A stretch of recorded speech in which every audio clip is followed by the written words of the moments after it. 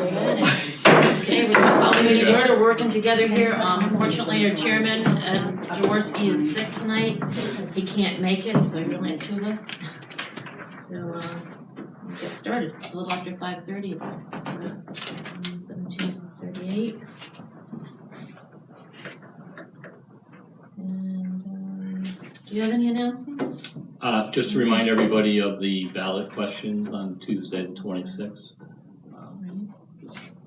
Other than that, I don't have anything. Thank you. Okay, I don't have anything except that I mentioned that the chairman is out. Okay, hope he gets well soon. We have public forum next. Is anyone here for public forum? Bob? Good evening. Good evening. Hi, Bob. Hi. Oh, okay. Bob Wagner, 221 Linseed Road. I wanted to just take the quick opportunity on the record to, we don't get, I think, a chance to thank and recognize the people, the folks that help out in town.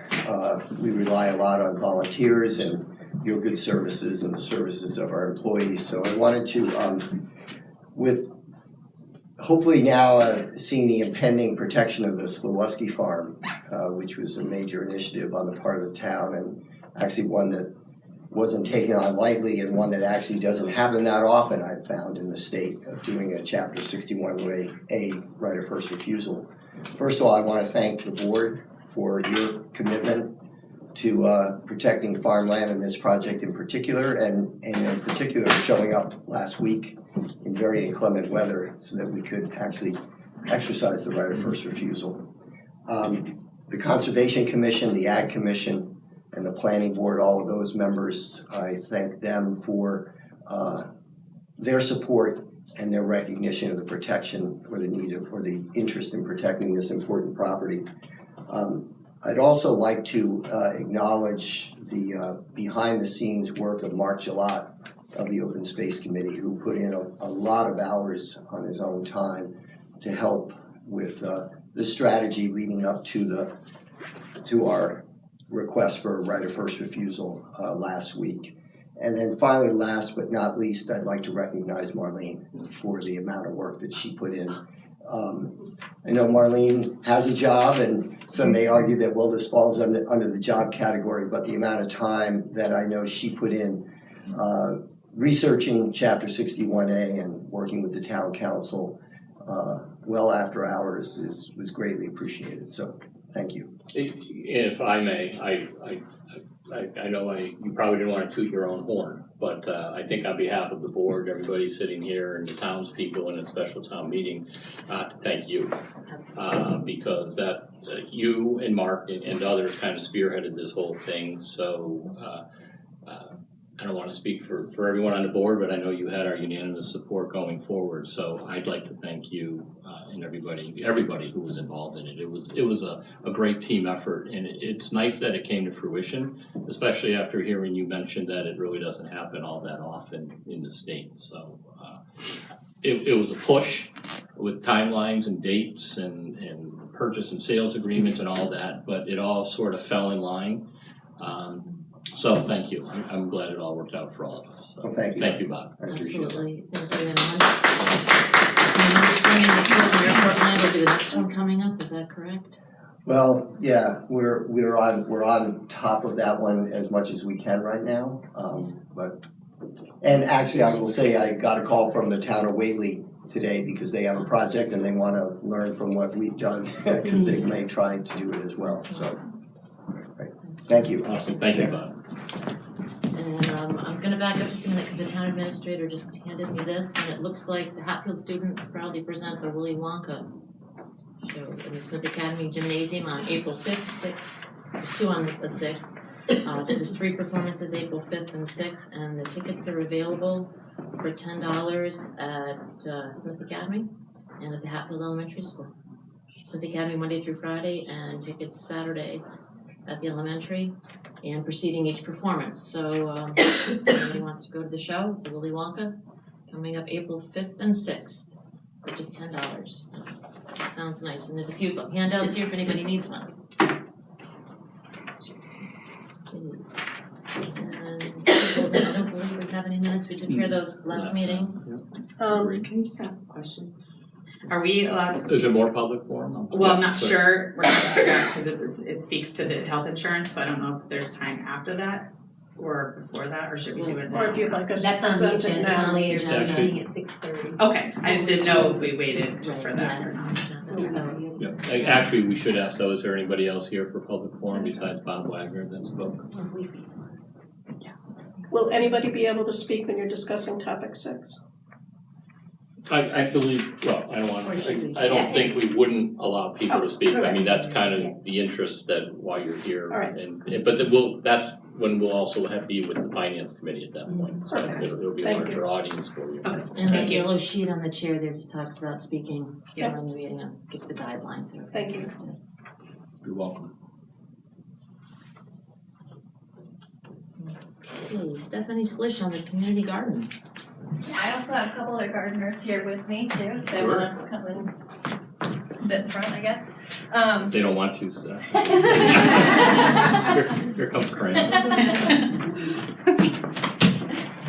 So yeah, we have Crane and Hildy, and then Heather's also in the community garden, but I think she's here for other things. Everything. Everything on the agenda, exactly. So first of all, thank you for, your unofficial approval last year. We just thought we'd come back and give you a little report on how our first year went. I know you all have copies, I believe, of the report, so Yes. I'm just gonna go over some top line Sure. information. So yeah, we're under the auspices of the Agricultural Commission, and so they've been very helpful and supportive in helping us get this project off the ground. All in all, we had 41 plots used our first year, which I think surpassed everyone's expectations, which is great. A lot of people are like, who needs a garden plot when most people have backyards? But it turns out a lot of them are either rent or have condos in town, or they also live in North Hatfield where it's a little shadier in that part of the town. Other people joined for the community aspect, which we did a survey at the end of the year, and 100% of the survey respondents, and only one gardener didn't do the survey, but 100% said they enjoyed more social interaction because of the garden, in interacting with neighbors and folks in town that they may not have known otherwise. So out of the 41 plots, I know one of the concerns you had is limiting to folks who are Hatfield residents or send their kids to Hatfield schools or work in Hatfield, work in the town of. That's what we've limited it to, and only 3 of those gardeners met that criteria. One of them was a grandparent of children in Hatfield schools, and 2 of them moved out of town in the middle of the year. I think both of them moved to Northampton. Another interesting thing, we only had 3 gardeners that abandoned their plots, which I guess is sometimes a problem in community gardens, where they realize it's too much of an effort or whatever and abandoned, which we thought was reasonable number. And then 3 gardeners said that they will not return next season, so we have a majority of gardeners coming back, which is exciting. You can see too, we got CPA money where we bought a shed, and we bought a rototiller, or tuned up a rototiller in lieu of purchase. We have some plans to use the rest of the funds before the next town meeting, I would say, around that timeline. We also have raised money from plot fees, which we use to buy compost and provide compost at cost to our gardeners. And just a couple other things to note in the report as well is that we are not going to expand our garden footprint from last year, and so we have about 12 to 15 plots available for new gardeners if anybody's interested in joining. Registration's now open. We now have a website, HatfieldCommunityGarden.com. You can register online too. So if anyone's interested in learning more, it's very reasonable, and people have been really excited and really gone above and beyond all of the volunteers and folks that have been coming to meetings and helping their neighbor clean up their plot and that kind of thing. We ended the year last year with a community potluck and invited all the folks who helped make this possible, and we had around 20 people there, and it was really great time to get to know each other outside of the garden. So I don't know if you want to add anything else. Crane Cesario, 63 School Street. We had a school plot, so it was really great, and what was grown in the school plot, in collaboration with folks from the school who also painted or stained the picnic tables that we got, so it was a real collaborative effort. We grew the Three Sisters, which is a traditional indigenous practice of corn, beans, and squash together, and sunflower, so it was, and everybody chipped in to weed it, so there was like this sort of making more with less happening in the garden. Yeah, and it was my understanding that Amy Hutchins, the food service director, used some of the eggplant grown in the garden to do tastings at the elementary school with eggplant there. And hoping to get a little more regular system going for the school's plots next year. I think she planted garlic already that she plans on using for next year. Yeah, any comments? We've had some committees work on things all over the winter, and we had our guidelines updated. So it's really very strong community effort. I think it adds a lot. Yeah. And I live in town center, and I'm shaded over completely by neighbors, so it helps to have a sunny spot. Yeah, and the other two members of the historical society plant broomcorn and flax, trying to make old brooms and weed and flax and that. So. And we took the report also asked folks what they planted, so if you wanted to see that, we have a whole list of what people planted. So are you gonna do the historical society, gonna do the brooms next year? Or- Yeah, so the Maybe idea for 2020, they could. make Yeah. the rest. The idea was for incorporating it in the fall festival, but unfortunately that didn't happen last year. And so hopefully with the broomcorn that they'll grow this year, we'll be able to use it more hands-on at the fall festival. So. And the ones that are abandoned, can someone else take them over if they're abandoned? Absolutely. Or even use them for the compost, I guess. Yep. For the- Yep. Nice, We had a great collaboration with Harrison Bardwell, next door neighbor, nice. young farmer, sort of a win-win. Yeah, he planted a beautiful sunflower border around the garden, and it was really nice. And we anticipate him doing that again next year as well. And he's been a great partner to work with. And I'm sure Bob can speak more to that, as he's been working with the Ag Commission on farming the rest of the parcel that we are not using. So, yeah, we just wanted to come back and circle up and let you know that registration's open for 2019 right now. We can get that information on the town's Facebook Great. if you'd like to send it to Keith on Great. himself. Yeah, and we have registration information sessions for people that may want to learn more, but don't want to just register right away. And one of them is next Wednesday from 6 to 7 at the Hatfield Elementary School Community Room. And then we have one on the Saturday, March 2nd from 11 to 12 for folks who can't make it in the evening after work. I think it was a great idea, so thank you for bringing it forward. I think anytime there's something new or different, there might be some skepticism. I'm not saying I'm one of those people. But you know, even when you guys first came with the proposal and the plot layout, I mean, you really had done your homework up front, and I think in doing so, which has just helped make it be more successful that you guys had actually anticipated. So similar to when we gave Bob lots of kudos, and you're thanking the farmers and the people that donate, a lot of work to the people that actually got this off. A lot of thanks go to the people that got this off the ground. So It really Stephanie, would have team, happened thank you. without Steph's. Yeah. Sorry, gotta. Yeah. I know it's like Well, the younger generation. you've got to give really credit where stepping credit's up. due, and we appreciate it. I'm glad it all worked out, and I wish you more success this year than last year. Great. Good luck. Thank very you. much. Yeah, hopefully we'll get a wait list. Yeah. Just right. And do you have much room to expand? If you We do? have enough for like 10 or probably like a dozen more folks who want to join us for this 2019 season. Perfect. Yep. So There's room to expand later if we Yeah. decide. Excellent. Congratulations. Thank you. Yeah. Thank you, ladies.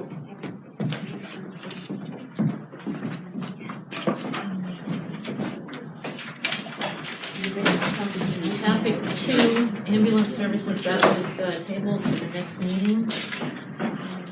Topic 3, appointment alternate to the Pioneer Valley Planning Commission Transportation Improvement Program, which looks like Garrett Berry, the highway foreman. So you have a letter in your Yes, we do. packet from PVPC. I consulted with Phil on this, and he had recommended, it's a vacancy currently. And Phil recommended the highway foreman, Garrett. Sounds logical. All right, I'll make the motion to appoint Garrett Berry as the alternate members to the Pioneer Valley Planning Commission Transportation Improvement Program. Okay, I'll second that. Any discussion? All in favor? Aye. Aye, unanimous. Just also wanted to update the board. I had received communication from PVPC regarding the Western Tier alternate election results of the MPO, which the board took up Yeah. probably last month. And John Martin of Southampton was elected as the alternate. And that's because the board had voted. So I just wanted to let you know that. Thank you.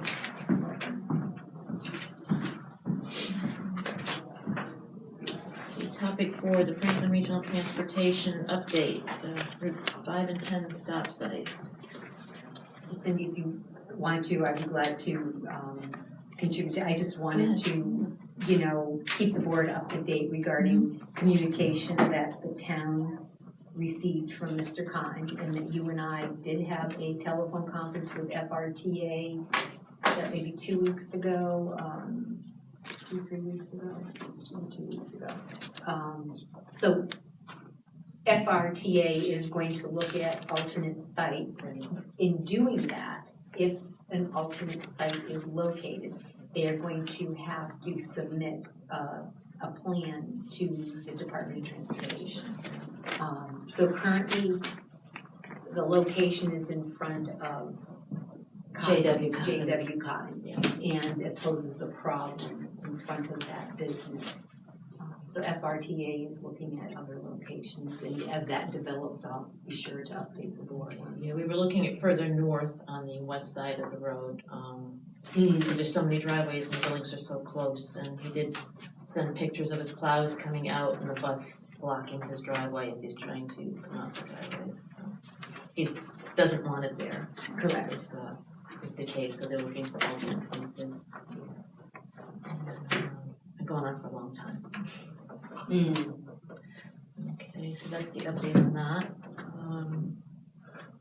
So topic 5, Phase 2 Town Hall renovation project oversight discussion.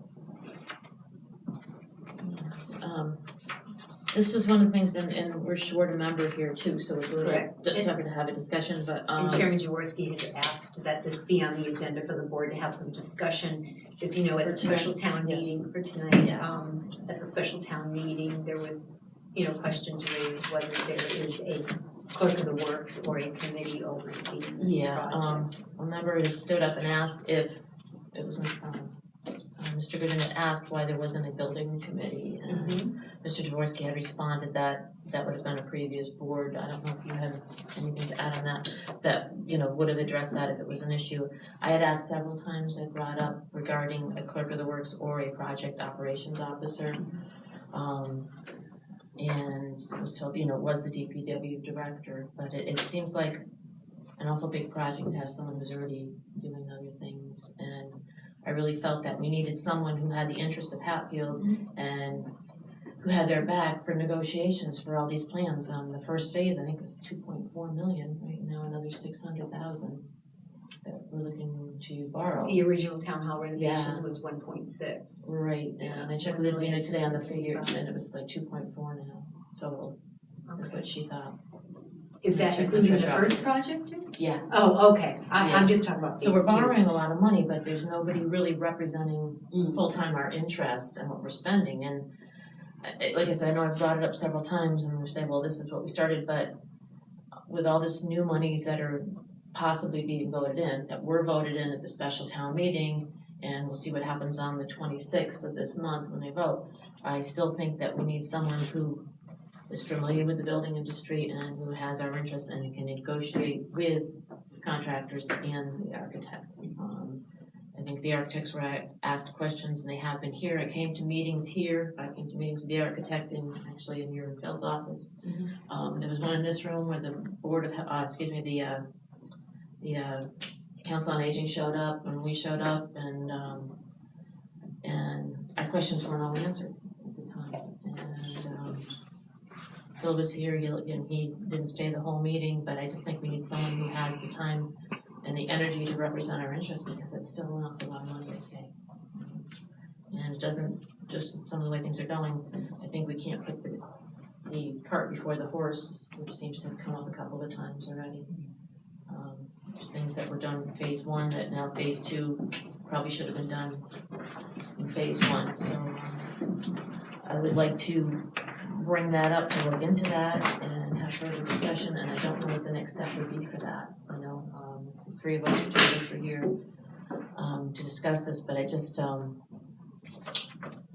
I don't know if anybody would agree with me, but at town meeting, when the architects were asked the questions, just like in this meeting here, I don't think the answers were complete.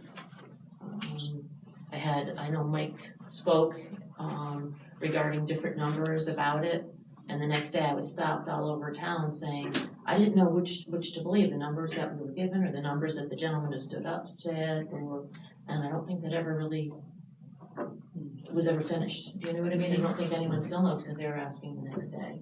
So where would we go from here to propose that? Can that be proposed tonight, or does we have? Absolutely, right. So Brian, you Could I just ask a question? I guess I'm not sure, I guess I'm not sure what the ask is. that to ask to have some type of a person, even if it's part-time, hired to be a clerk of the works or a project oversight administrator to represent the town. There's just been numerous things that have come up. The commercial, what do I want to say, the commercial appliances in the COA kitchen. That has come up, I don't know how many times. Well, why do we need a commercial this? Why do we need a commercial that? Someone who's done this before would know their way around and know what are the criteria for that. Because we've said how many times, there's a steam table there. They bring in the food. They don't actually cook it there.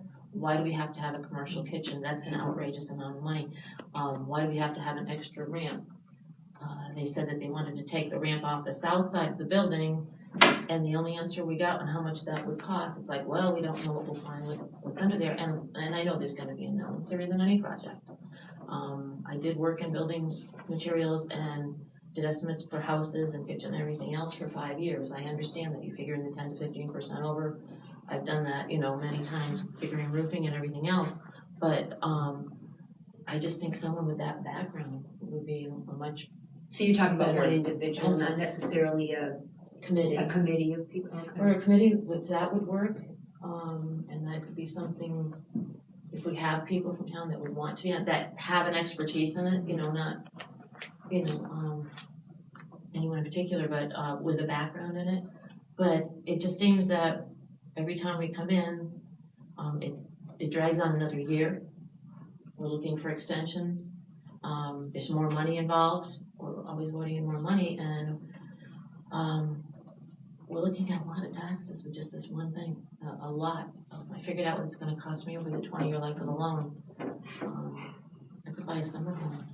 Well, no question that, initially this was proposed as one large project. And there was a Several building years committee for ago. that. There was, that's what I was trying to. There was a We were around building committee That was for the initial project to redo the entire town hall, like the design, you mean? the whole thing. There was a building committee, and then it turned into not being approved, so it turned into pieces. And that, I wasn't on the board then, but I believe at that point, I don't know, the committee either got dissolved or it just wasn't their function anymore. Their function was to bring the whole thing forward, and they did what a building committee does, just like we've used for the elementary school, and I'm sure Smith Academy did, and other Yeah, and that was facets through of the the whole building. project though. Yeah. Correct, and then the building turned into piecemeal, or phases, whatever we wanna call it.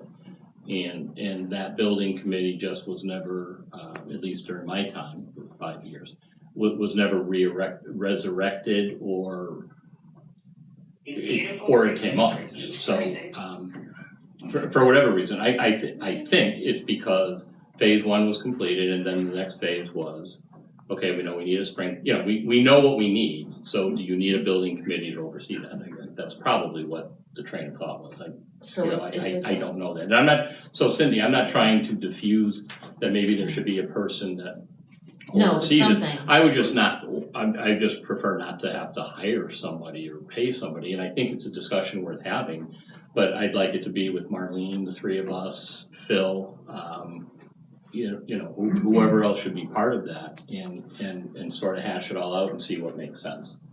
Part of the delays, by the way, have been costs have gone up, when you have to keep waiting for a town meeting vote, and I'm not knocking town meeting vote, that's the way we do business, but things have to fall in line for processes of when something's approved and when you can go out to bid Absolutely. and all that. So, it doesn't help the process oftentimes. Yeah.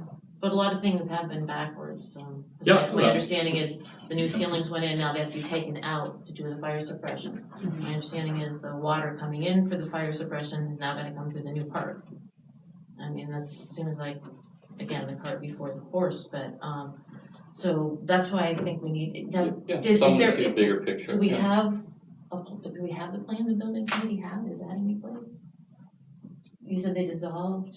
I don't There- know, was I there- wasn't here then, if there- but I can okay. find out. Yeah, if there was a plan, did it complete to go, There is I can't recall who the architect was, but there was a Well, the Plan previous developed. architect was architecture, yeah. plan developed for basically rehabilitating the place. entire town hall.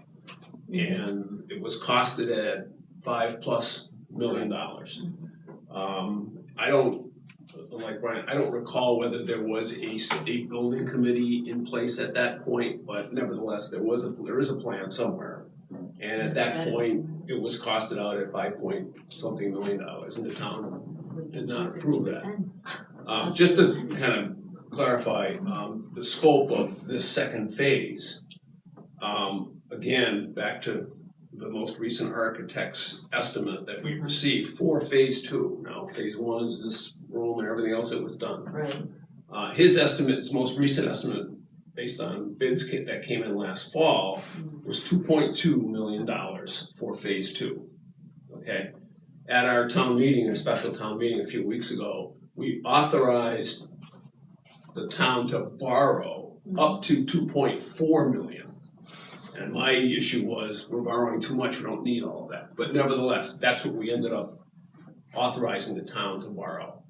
So we authorized the community to borrow 2.4 for the second phase, which the most recent cost estimate of which is 2.2 million.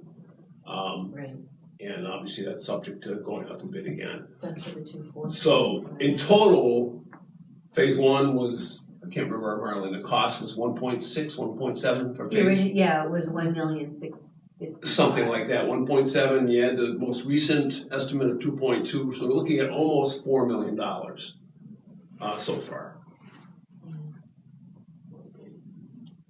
in terms of total. That's why I think you need somebody full-time to oversee that kind of expenditure. And, and there is a difference, obviously, between a building committee and a clerk of the works. The clerk of the works is usually the person, he's a professional engineer, or someone who's got major construction background, who's making sure that the cement that goes in the ground is in fact, it's got the weight load was spec'd by the architects, making sure that everything that goes into place is per the architect's drawings. He's there making sure that the plan is executed per the architect's drawings, the engineering drawings. The oversight committee, the building committee, school building committee is on my mind, is more of a volunteer board that is kind of overseeing the project and meeting with the architect and meeting with the clerk of the works and kind of watching the status of how things are being executed and answering any questions that they might have in terms of the needs of the community for the specific issues in the building. So a little different perspective. But I think we need something that has the town's best interest at heart. It kind of seems sometimes it's like on a wing and a prayer a little bit. And I was looking into other communities, and like Deerfield had done back where Oxford Pickle was, they did their highway department. They had a clerk of the works, and they came in early and under budget. I mean, we've never heard that here, But, it'd be nice to have someone, like I said, with that expertise, be kind of guiding. Well, we did have a clerk of the works for Smith Academy when it was built in Same, 1980. We did have a clerk of the works for the I don't remember elementary that. school The cost when of it was constructed. construction costs. Because it does make triggers sense that. to have someone there that's really representing the community, Exactly. making sure that the plans get implemented as designed and as Because spec. an architect gets a percentage of the total cost, so it's not in their best interest to keep it down, Right. So, anyway. But there may be a need for both in this case.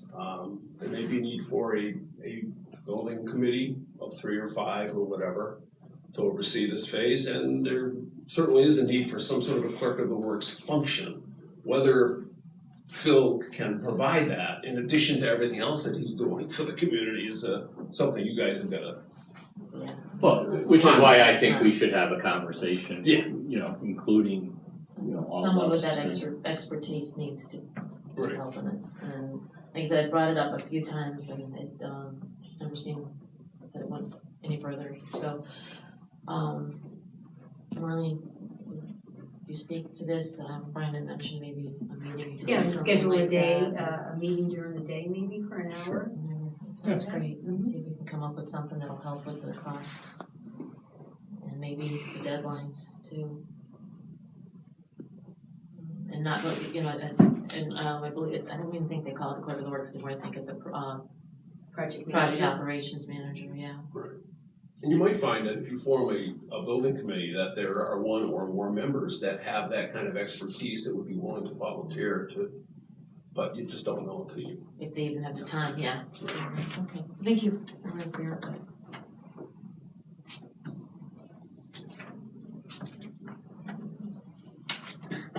The finance committee won't be here till 6:30.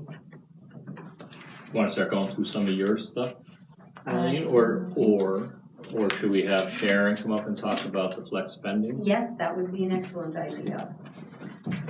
I hated to put her at the very end, but Oh, I don't mind. her own business. I I don't- stay for them all anyways, so. Hi Sharon. Hello.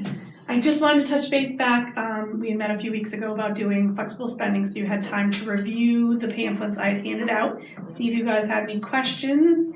Whether, you know, I don't think I officially need your yes in it, but at the same time, I prefer to have your, backing on it. I think you did get a letter from the superintendent, with his support of it. So do you guys have any other questions, any thoughts about it? I think it's great. It seems like it's being very welcomed on that end, and I think it's a nice benefit, to offer employees. Thank you for all your work. Of Yeah. course, not a problem. So my next steps, I've already started to have some conversations about what I'll need to do next. If we got your okay, so I will move forward with that. It won't start until July 1, so we'll make it part of our open enrollment process, which we are now, as of July 1 is our new year. So if you go back to June, and then I'm gonna do May, they'll actually come out and do presentations probably April, and meet with all of the different groups. So they'll go to the school, they'll do one here in the town hall, for the police, for fire, for anybody that's full-time, as a big collective meeting, so that everybody can get information. And then they will set up individual meetings with all of our full-time employees, so that they understand their options. So that I think will be good for everybody, and then everyone can make their own decision. And as I mentioned before, but I'll reiterate, it doesn't cost us anything to offer it. So if no one joins, great. If everybody joins, great. But at least it's something we can offer our employees. Well, I think it's a nice, it took a while to get there, so we appreciate you running with it, because I know it was discussed a few years ago. But my company offers it. I think I said this at our last meeting, not that anybody cares, but I didn't realize they offered it, and I signed up this year. Thank you very much. That's right up, and it's There's a lot of value. it's awesome. It's awesome, and every copay and all those things. So you're right. If people take advantage of it, great. If they don't, that's okay too. But it's there Exactly. if they want to, and that's what we want, to set benefits available to our employees. So Exactly. In it's this up to day them and to take age, advantage of you it. don't get to give very often, No. and come up with solutions. 'Cause of And our you can Your save blessing. you can save a little bit on your taxes. So Yeah, no, I exactly. think it's great. So if I do need Thank you. something else, obviously I'll let you know, but I'm gonna start running with it so that I can get, the ball rolling for July 1. Awesome. All Sure, right. you don't have an idea as to when that Thank meeting will be. So I think it will be in April, so Okay. what they're gonna do is we're gonna pick a week and then we'll set up meetings with the department heads. I wanna get them, actually I asked for March to come and meet specifically just with department heads so that they're aware it's coming. You can So do that way- department head meeting too. Exactly, that's what I mean, Right, that's my yeah. first one gonna be is with department heads, so that they're aware that I'm going to be trying to set up these Okay. meetings with their employees. So I wanna try to make it for the school teachers at the end of the day. I was just or- gonna say, maybe we could you know, find a couple different days that, Exactly, so that and they can have fit it into somebody their schedule, or whether coordinate it's with you. here or at each Yeah. school, we'll get, because there's a potential of 100 employees that could, benefit from this. That's great. So I wanna make sure I hit all those, targets and make sure I get everybody included, so we'll get the ball rolling. Great. Hey, thanks, Sharon. You're welcome. Thank you very much.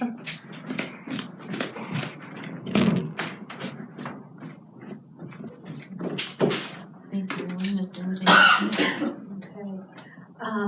I'll be glad to just Sure. remind items. Sounds good. The first item, I just briefly will speak to that, but Rich Abbott would like to be, Rich Abbott from Open Space would like to be here. He can't be here until 7 o'clock, so, Oh, okay. he and I would both speak to that later, if you don't mind. Okay. That's him. Just an updated, a recent department head meeting. Representative Sabadosa and her legislative aide Laura Britton were here attending the department head meeting. Town clerk discussed a number of mandates with Representative Sabadosa. We talked about the town's Mass Works grant application that was filed last year and our disappointment that we did not make that round. But she does understand that we will be submitting an application this year.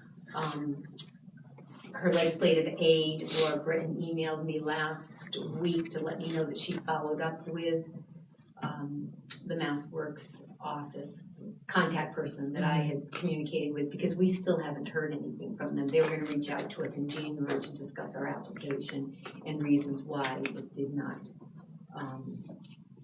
get accepted. So she was waiting for a response from them.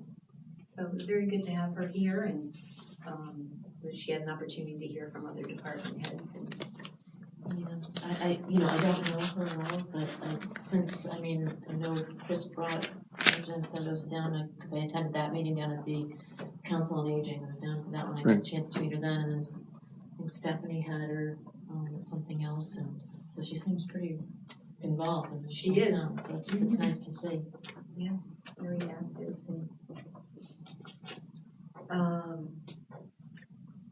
You have in your packet a memo from the town clerk, which has, this is the election of officers, which is a standard article on the town meeting warrant, and that's already been added. Just want to pass along to the board and boards and committees, and they have been notified via email. Ballot questions must be submitted no later than April 12th to the town clerk. So again, those are ballot questions. I am accepting articles for the town meeting warrant, which I will present to the Board of Selectmen for review.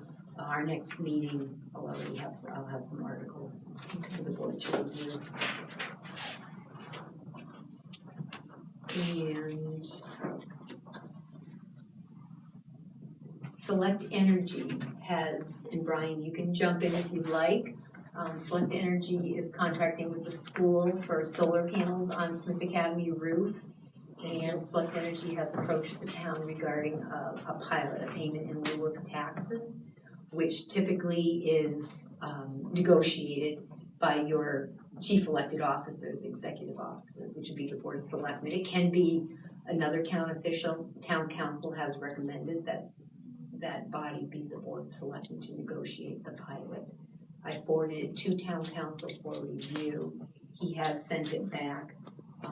We also need to place an article on the town meeting warrant authorizing the Board of Selectmen to negotiate and enter into an agreement, a pilot agreement. So that's an article that I anticipate for the town meeting warrant. And the school department did sign a contract for the solar. The power purchase agreement. Power purchase agreement last week.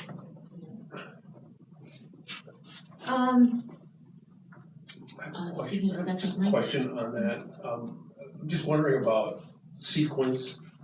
I think this might have come up at another meeting recently, that we're actually entering into a contract for a major capital outlay in the community without that it involves a pilot, and the pilot hasn't really been negotiated or finalized, so the community really has no idea what kind of revenue benefit is going to come from that project. It would seem to me that at least we should have some sort of a pilot draft in hand so that we have some idea as to what the revenue stream might be over time. And we From- do. from You're a- talking about this particular project?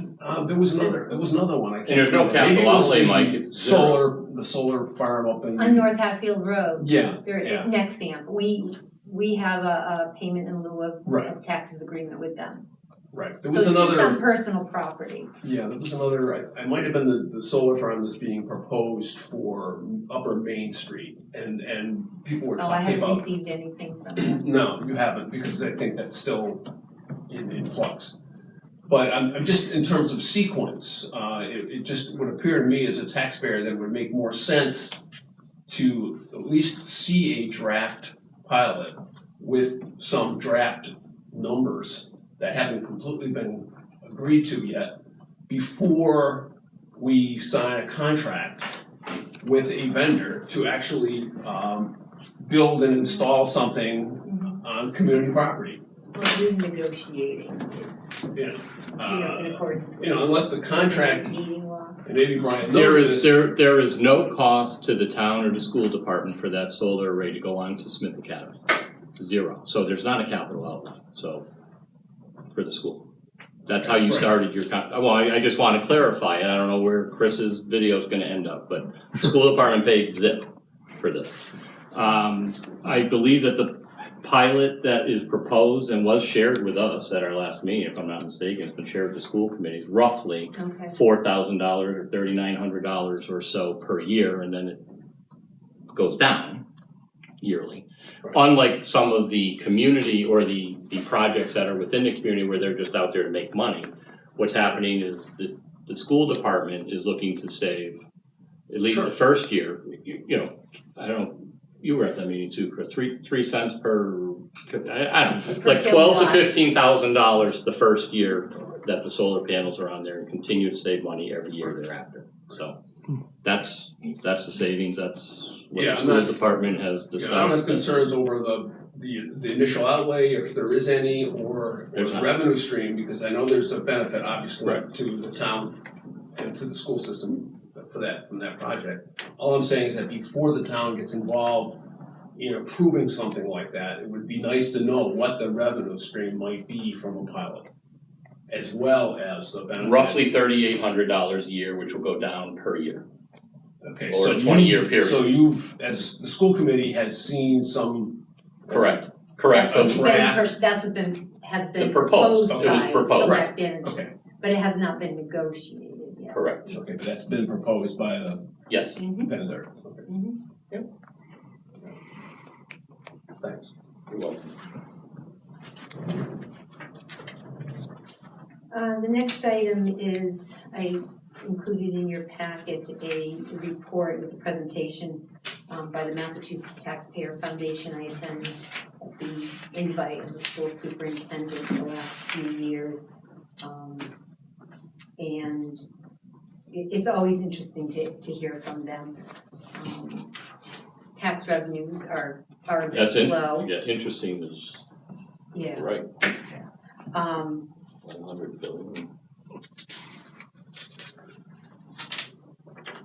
They had also indicated that, you know, signs to look for, the labor market, seeing jobless claims increase, home sales declined.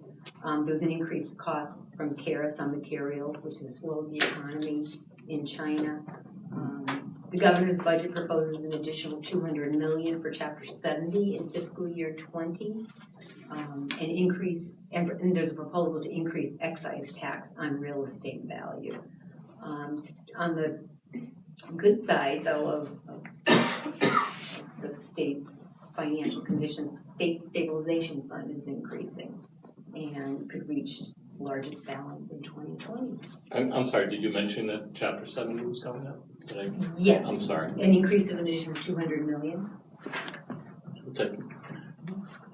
We'll take our piece. There are, just FYI, there are preliminary cherry sheets available. Oh, we have them. Yeah, and it only shows a $7,000 increase in Chapter 78, so hopefully Well, this is the overall. budget's talking, what he's talking about is we've done more. Overall, yeah, the overall picture.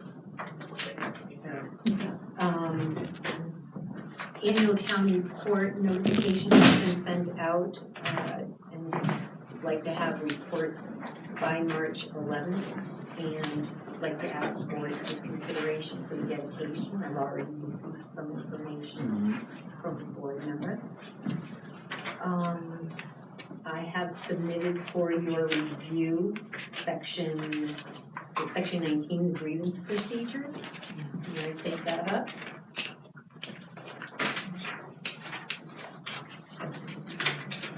And Is this new or are there no This changes is to an the- existing? this is the existing grievance procedure, and at this time I don't have any recommendations. Okay. But again, I, presented it to you for any comments or proposed changes. Actually, I wanted to have a conversation. How do you feel about the 7 days notice? If an employee feels they have a grievance, they shall report it to the supervisor within 7 days of the date of the event. I think it should be, I've looked at other grievance procedures, I've seen 14 and I've seen 30 days. 30 days I thought was a bit excessive. Yeah, 30 days I've seen for the response, but not Yeah, to file. yeah, I have seen 30 days for the file. But I'm comfortable with the 7. I'm Just as I comfortable said, with I'm the 7. looking at other grievance procedures. I'm comfortable with the 7, I wouldn't be Okay. not comfortable with it. Because I don't think we've had any problems, Correct. right, or no complaints on it either. No, we haven't. Okay.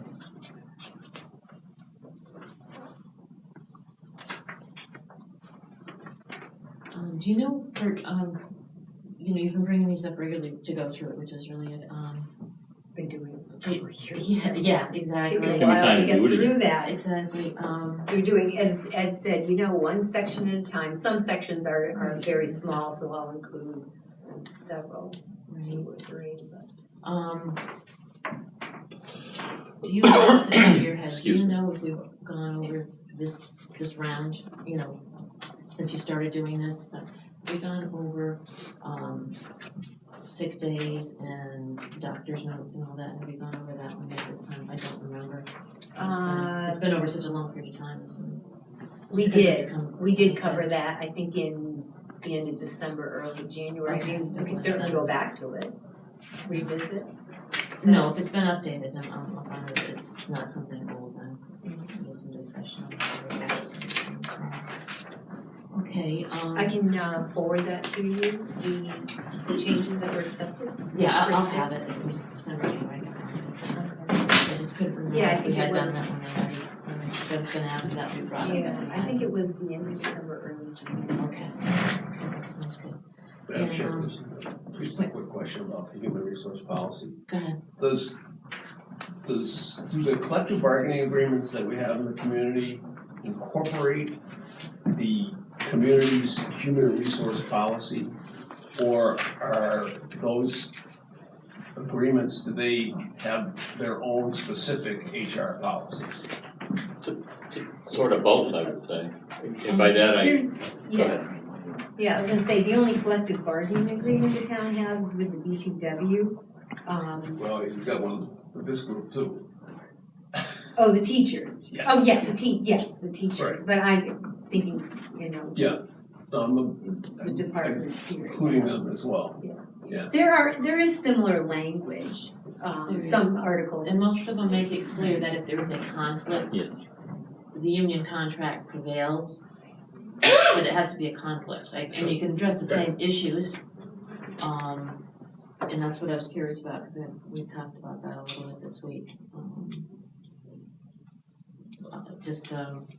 Actually, when I talked to you earlier today, that if it's specific, Oh, right, it doesn't, even if it addresses the same issues, as long as it's not in conflict, like one can have some recommendations, the other can have other recommendations. And as long as they don't contradict each other, they're fine, you abide by both of them. But with HR, I don't think there is any penalties for not following them, is No. there? And see, that's a concern to me too.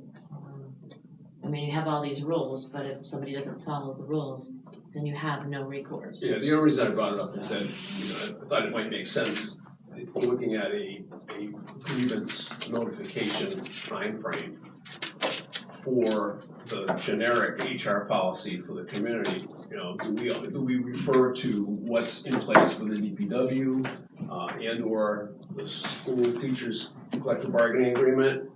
You know, I have 3 different notices. I guess that's my point. The You know? DPW Well, does 'cause have you're their own negotiating with the union. procedure. Well, I understand that. That's why they're different, Maybe- potentially, maybe- or they could be the same. Right, maybe the generic agreement might wanna mirror one of those or both of them. That's all my point. I see, Okay. yeah, and if it See what is I'm a saying? conflict, the union contract prevails. So do you have any changes or you, No, I'm good. it'll remain status quo? So approved as is. You only have one item left, Marlene. This one lease Was that gonna be agreement. a lengthy conversation? Are we just doing it for, No, and so, well, I want people to. actually what I'll state is that I had submitted the lease agreement, I looked at it, I submitted it to town council because Select Energy is proposing that the town, the Board of Selectmen sign that. Typically, the Board of Selectmen do sign leases.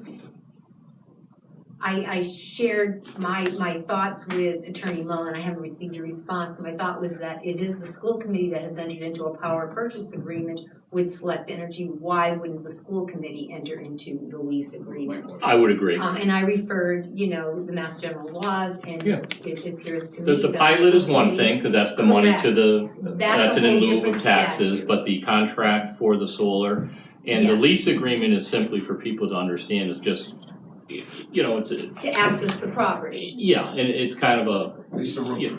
Right. Yeah. Well, yeah, sir. so it's really, that's all it's for, really. I had so. that on here tonight, preparing if it Okay. would be the Board of Selectmen. I have not received a response from Attorney. I mean, it truly doesn't matter, but I would think it's a school building, even though it's a town building, Yes.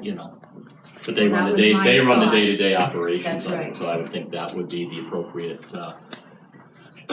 group to sign the contract, Yes. or the The lease. building is under the jurisdiction of the school.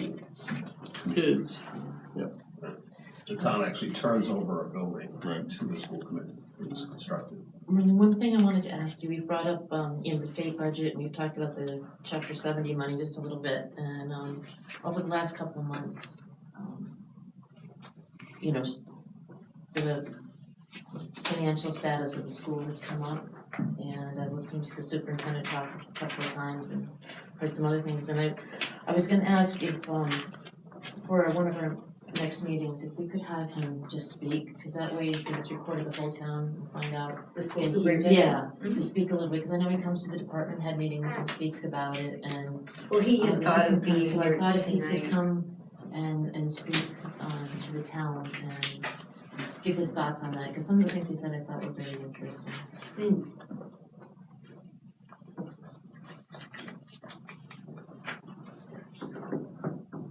well, we do have monthly meetings, school committee. Are they recorded? Nope, Yeah, this will reach a lot more people. oh, I understand, my point is it could be recorded. That's my point.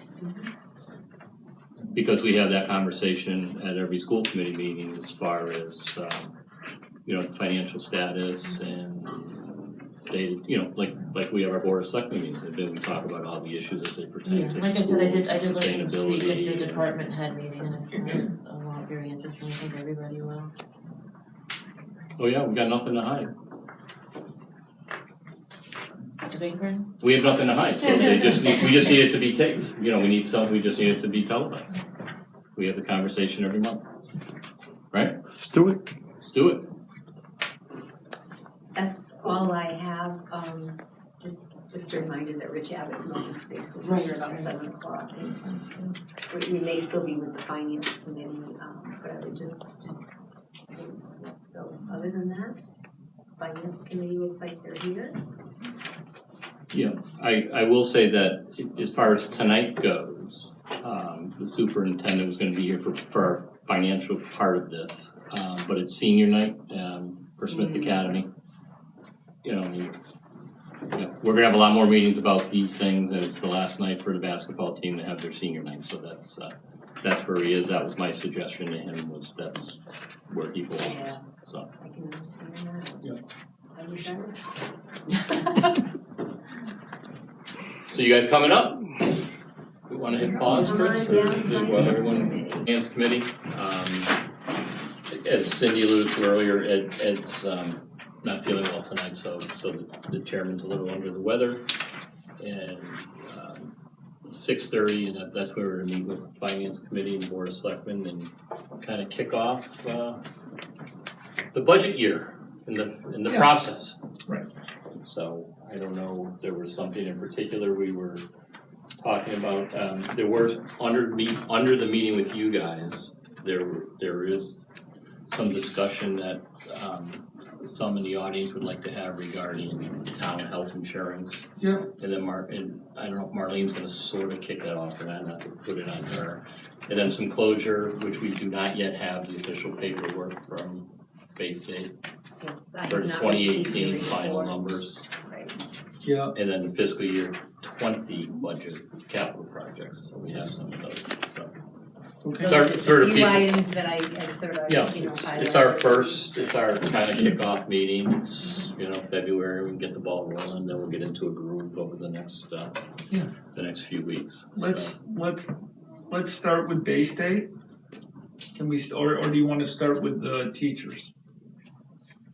I think we can start with the teachers. Okay. I mean, they. Sit here for an hour. Yeah. Did you guys have a So we have a letter that we'd like to read aloud. Okay. We have copies for the select board members. I'm Audrey Weston. I'm co-president of the Hatfield Teachers Association. This is Amy Hudzik, also co-president of the HTA. And this is in regards to the January 9th, 2019 meeting. Thank you. From the Hatfield Teachers Association members. The members of the Hatfield Teachers Association would like to express our disappointment at the town's hasty adoption of sections 21 and 22 of Massachusetts General Law, Chapter 32B during the January 9th, 2019 Select Board meeting. We are very concerned about this action and the negative impact it will have on our ability to collectively bargain with the town in the future. We realize that your decision was made based on the information presented to you by Joe Shea, a representative from the Hampshire County Group Insurance Trust. This representative alleged that any collective bargaining unit would be able to take legal action against the town at any point in the future if you did not enact these two sections. Since the time of that meeting, it has come to our attention that there were other avenues open to the town which would not strip unions such as the HTA of their collective bargaining rights. It is very unfortunate that Mr. Shea neglected to mention this to you during his presentation. We appreciate your concern about potentially placing the town in legal jeopardy in the future, but wish there could have been discussion between your board and our union to try to reach an agreement without tying anyone's hands. We are very concerned about our loss of ability to bargain surrounding health insurance benefits, and are also very concerned about the increasing health insurance cost that is being shifted onto individuals who use the town's insurance plan. In July 2017, the Hampshire County Group Insurance Trust began entertaining a proposal to quadruple co-payments for office visits, mental health care, and specialist visits, and create fees ranging from $100 to $500 for inpatient services, outpatient emergency services, imaging, and other treatments.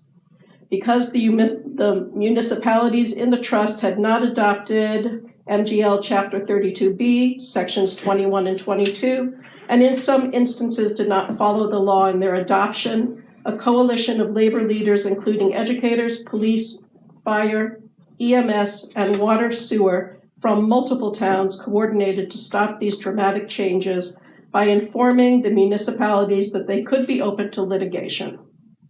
Following this action, the trust did not implement their proposed plan design for the current fiscal year. Over the summer of 2017, a smaller group of labor leaders met directly with Mr. Shea from the trust to discuss how the proposed changes would impact employees and to lobby for an incremental change to the plan design in which out-of-pocket expenses would be phased in over several years. Unfortunately, this seemed to have had no impact, and the same plan design changes were introduced in December 2018 to the Executive Committee of the Hampshire Trust. The cost of health insurance rises every year. Premium increases allow for a cost sharing with municipalities based on the negotiated split in contractual bargaining agreements. Currently, the town of Hatfield's cost sharing percentage is 50%. This means that the town pays the lowest percentage allowed by the law. This therefore means that the town's employees pay the highest percentage allowed by the law. These factors, coupled with the changes proposed by the trust, will create a tremendous financial burden for town employees who use the town's health insurance. On January 30th, 2019, the trust approved a plan design change that will shift the entire increased cost of our plan in the next fiscal year directly to out-of-pocket expenses for employees. There will be no premium increase, which means municipalities will not incur any increased cost at all in the next fiscal year. Thousands of municipal employees who get insurance through the Hampshire Trust and who use that insurance for necessary medical care will receive a functional pay cut because of these changes. It was most disturbing during the January 9, 2019 meeting to hear the representative from the trust offer the idea that only people who use their health insurance will be affected as some sort of consolation. The ill, the injured, those members with children, and the elderly will pay more, and this is supposed to be thought of as a good thing. One of the basic tenets of insurance is shared risk. We find this idea, promoted by the trust, disturbing. The members of the Hatfield Teachers Association appreciate the high-quality health insurance that the town of Hatfield offers through the Hampshire County Group Health Insurance Trust, and we have no desire to see the town leave the trust. However, the town of Hatfield's enactment of sections 21 and 22 of MGL Chapter 32B has taken away the Hatfield Teachers Association's right to negotiation at all over future changes through traditional bargaining. This is most disappointing. It is also very disappointing that the trust's presentation to the Select Board did not include information about all possible avenues forward. The Hatfield Teachers Association expects the highest standards from their members in educating and preparing Hatfield students for their future. We teach our students to support and respect one another, to create a caring, cohesive community. We want Hatfield to be the best school district it can be, which means we need to attract and retain highly qualified teachers. We hope that Hatfield Select Board will support us in this endeavor, reconsider their adoption of Section 21 and 22 under MGL Chapter 32B, and take steps to increase the town's percentage of the insurance premium from 50% to 75%. Please demonstrate your support of our daily commitment and work by voting for these changes. Thank you for your time and considering our concerns. Thank you. And I have a couple of statements I have one from a teacher who couldn't be here tonight. Hatfield is the third Massachusetts school district where I have taught, and I love being part of this community. I am the general music teacher at HES, so I have the privilege of teaching every student from preschool all the way through 6th grade. I get to see children grow musically and personally get to know them through their siblings and parents and help them perform for their first and 12th time. It is a joy to work here. At the same time, I realize that I can only afford to work in Hatfield because of my husband's employment. For the 2 years that I had 2 children in daycare, our daycare bills from my work days exceeded my paychecks. This is largely because my family's contribution to our healthcare plan is now over $900 a month. Back then it was $800.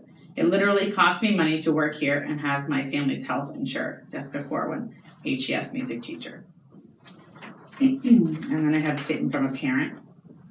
I am ready to say that as a taxpayer in Hatfield, I fully support an increase in the health insurance contribution for Hatfield educators.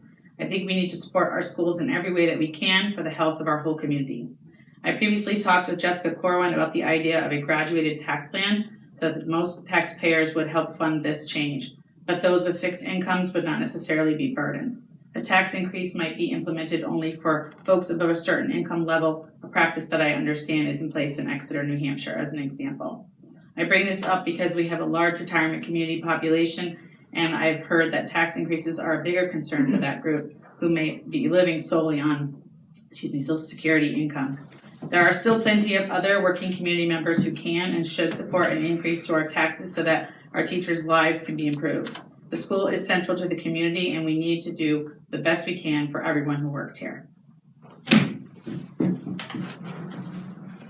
Is there anyone else that wanted to speak? If you just say who you are or whatever it is instead of just jumping in, I Hi, appreciate it. Thank you. my name is Christine Jones-Flanagan. I'm a Hatfield resident, and I have a couple of great kiddos at Hatfield Elementary School. We love it here. We moved here for the schools. They're great. My kids have had a lot of amazing, I'm emotional about them, see, amazing teachers here. And I was talking to my little guy, Andrew, about coming out tonight, and about why, and he just cannot believe that we pay the bare minimum, the state minimum, for these great teachers we have. We do attract the best, which is amazing, but we need to retain them. And I know for a fact that we have lost teachers to other neighboring systems, partly because of this issue, for a change in a spouse's employment, right? Probably one of the most beloved teachers we've lost because of a change in a spouse's employment. This is a big issue.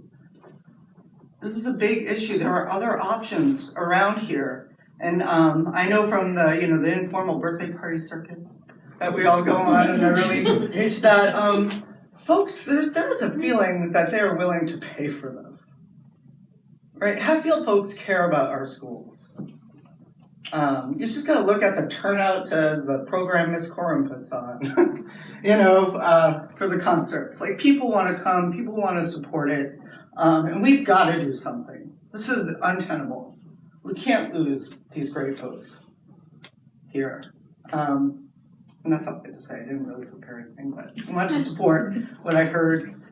Thank you. Thank you. Thank you. Does anyone else want to speak? Yes, Cindy Kwasinski. I'm a teacher at Smith Academy. I want to speak as a teacher, but also kind of as a member of the Hampshire County. I live in East Hampton, and I was at a recent meeting where Joe Shea showed up to make this same proposal to the East Hampton residents. And the message from Joe Shea for that meeting was very different. I wasn't here. I was at another meeting, so I wasn't able to be here for the January 9th. But my understanding is he implied that that you're being forced to protect yourself from a lawsuit from unions to vote for 21-22. And I can tell you, unions don't want you to do this and wouldn't sue you for not adopting 21-22. In fact, at the East Hampton meeting, it was filled with police and fire and teachers and every union member in East Hampton to beg that they not even consider this. So I think you were kind of misled in that idea. The other thing that I want you to realize is that Joe Shea at that meeting implied that these are going to be very modest changes. Well, that's not really what they were planning. For East Hampton, on one, they were talking about a $50 copay going to $500. That's an enormous rise. That is 10 times. That is ridiculous. And so he implied that these modest changes were not going to affect most of the people who were covered through this. And I just think this has been a clouded process with a lot of misinformation. And I really hope you reconsider your approval of 21-22 and really support the people, especially the teachers in Hatfield. I teach here. I love teaching at this school. However, I take a big hit. I know that I can make so much more money in other districts because we are really only getting 50% support from the town. We can't take hit after hit after hit. So if we take these added co-pays and multiply them by 5 or 10 times, you're going to lose a lot of teachers because they're going to have to go. I mean, as wonderful as Hatfield is, and I do not want to leave, but there are a lot of people who can't afford to pay their insurance unless they go to another district if they take these constant hits. So this proposal by Joe Shea, to me, is really terrible for the Hatfield educational atmosphere because there are going to be teachers who are going to make the choice that they have to move to another district that is going to support them at a higher level just so they can pay these co-pays. And I hate to see that happen.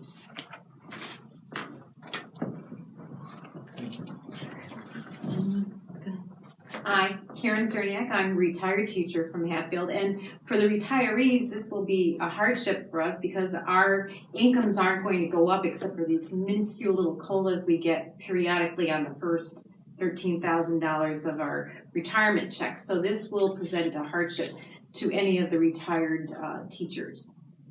Thank you. Hi, Lori Garrett, kindergarten teacher at HES. I am blessed to be part of the Hatfield education system. I've been in many districts, coincidentally all with the exact same health insurance, but at very different rates. I just want to echo what has been said. My health insurance costs literally 1/3 of my salary, which is, I would not be able again to work here if it weren't for my partner and honestly her amazing insurance that they offer in Northampton, for example. But not only does that create an incredible financial hardship for me, my family, my daughter, but then with the increases to the co-pays, I mentioned, to the elderly, to those with children, to those who are sick. I'm a very healthy, 30-something, I won't go with my age, but I'm healthy. However, at the age of 11, I was diagnosed with type 1 diabetes. That's something, I am not sick, but I need health insurance to live. It's not a quality of life issue, it is literally a life and death issue. So already what I make, plus the 50% burden, plus the incredible hike in co-pays, it is a life and death issue. We've been seeing lots of news reports about people having to ration their insulin. It's a big deal. It's a big deal. So I wanted you to have a face with some of the numbers and some of the stories and some of the quote-unquote illnesses that are happening. And hopefully you will put a little bit of heart into not just the head number issue, but what it actually means for those of us. Thank you.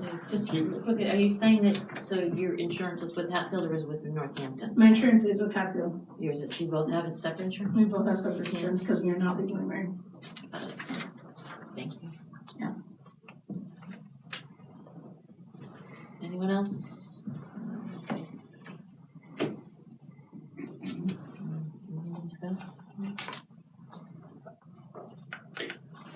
I hope it doesn't fall on deaf ears, but I hear you. But there's a lot that goes into the whole process of what we're about to start discussing for town budgets, et cetera.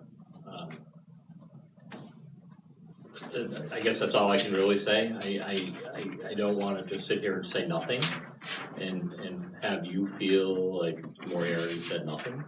But I also don't want to say something that I don't know is or isn't going to come to fruition. So it's a discussion we have. You guys have absolutely brought it forward to have the conversation for all of the town employees. And I think we are gonna have that conversation, but there's also the financial side of everything we do sitting around this table for the entire town, so. I appreciate the notes, Audrey, that was, very well spoken, I appreciate having a copy of the letter. Certainly as also being a school committee member, I probably hear more than my colleagues on these boards, just, because it comes through the other side of the house. So, we're aware of some of the staff that have had to make changes